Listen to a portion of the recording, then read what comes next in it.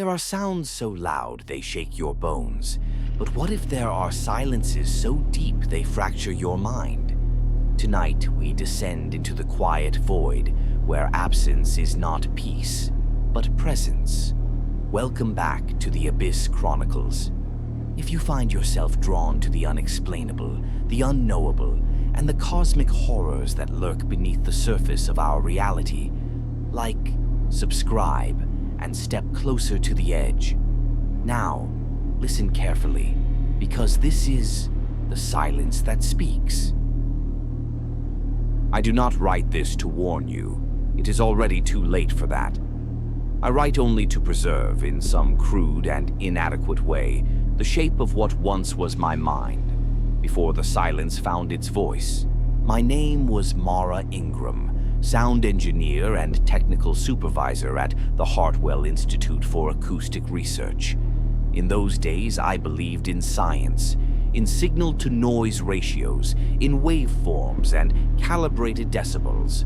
I had spent years chasing perfection in sound, isolating, refining, stripping away the chaos until only pure audio remained.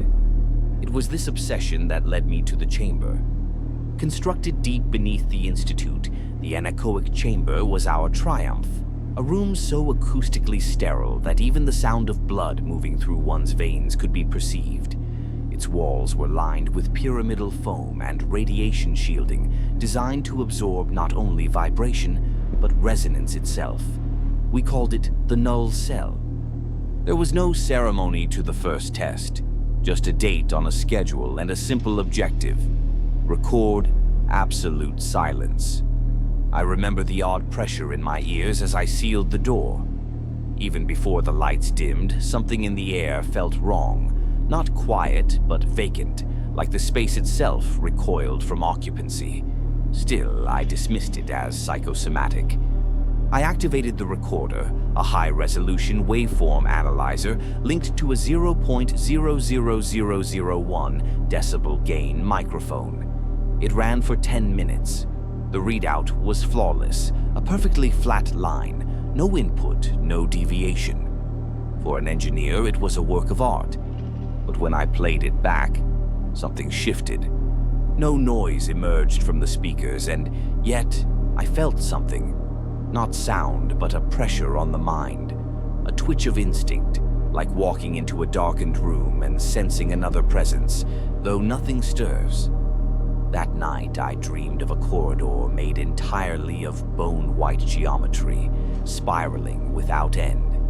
In its depths, a shape moved, not by steps or crawling, but by implication. I woke with the certainty that I had remembered the place rather than imagined it. In the following days, I reviewed the recording obsessively. Still no audible frequency registered, no peaks, no interference. Yet each playback left me more fatigued, more disoriented. I began mishearing things. Phantom whispers in the hall, a second voice in my own breathing. I brought in my assistant, Gregor, for a blind listen. I said nothing about my suspicions. After one session, he described seeing a flicker of something. A reflection with no source, he said. He laughed it off, but the next day he called in sick. 2 days later, he resigned by email, citing recurring episodes of depersonalization. I listened again. And again, the silence began to shift. Not in waveform, but in weight. It no longer felt like nothingness, but a carrier of something else.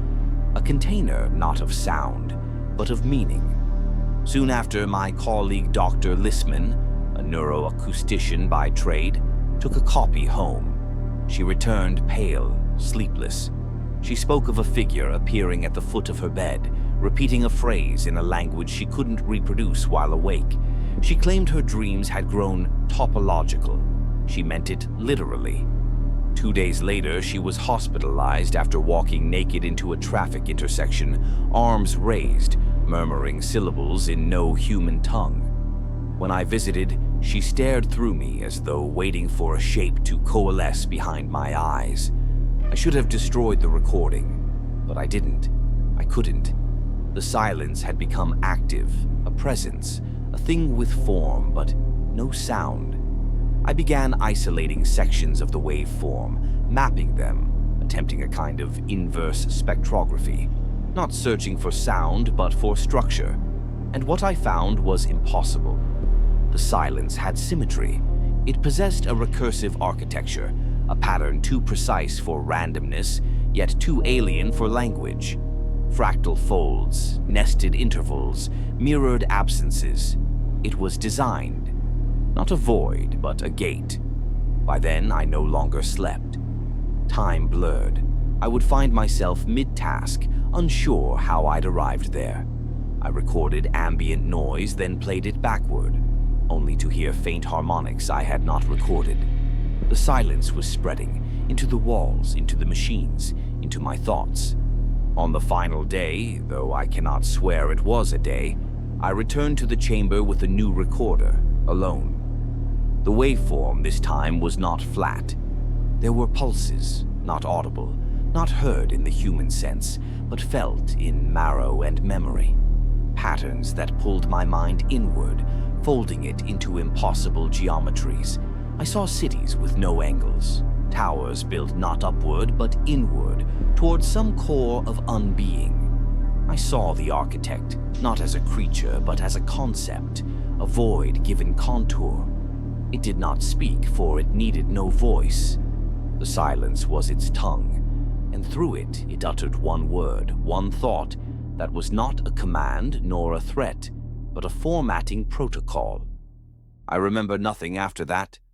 I was found 2 days later, catatonic, hands covered in dried ink, surrounded by sheafs of paper covered in looping glyphs I do not recognize. The chamber was sealed, the waveform file deleted. But sometimes, when I close my eyes, I still hear it. Not sound, not noise, but the shape of absence, humming just beyond the mind's reach. It waits in the quiet places, in the pauses between words, in the gap between thoughts, in the stillness beneath all things. It does not speak in noise. It speaks in you. Not every voice is heard. Some are felt, slowly, deeply, silently, until you are no longer yourself, but something hollowed out to make room. If this story unsettled you, good. That means you're still listening. Like, subscribe, and return to the Abyss Chronicles, where silence is never empty, and nothing is ever truly gone.